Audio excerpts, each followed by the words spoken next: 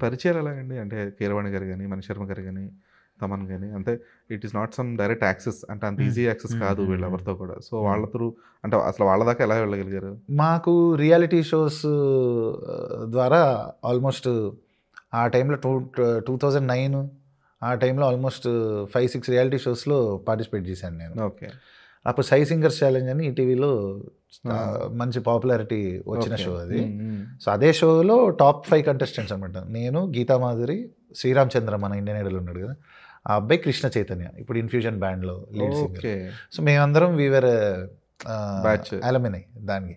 So, అక్కడ ఫైనలిస్ట్స్ మేము. Okay. అక్కడి నుంచి హ్మ్, రామాచారి సార్‌తో పరిచయం. మా గురువుగారు హ్మ్. రామాచారి గారి దగ్గర నేర్చుకోవడం.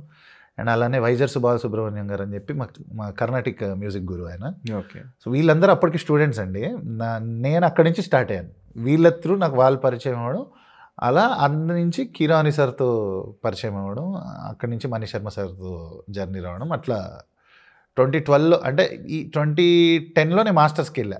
12లో నేను రిటర్న్ అయ్యాను. ఓకే. సో, ఈ 2 ఇయర్స్ అనేది నాకు బ్రేక్ వచ్చింది.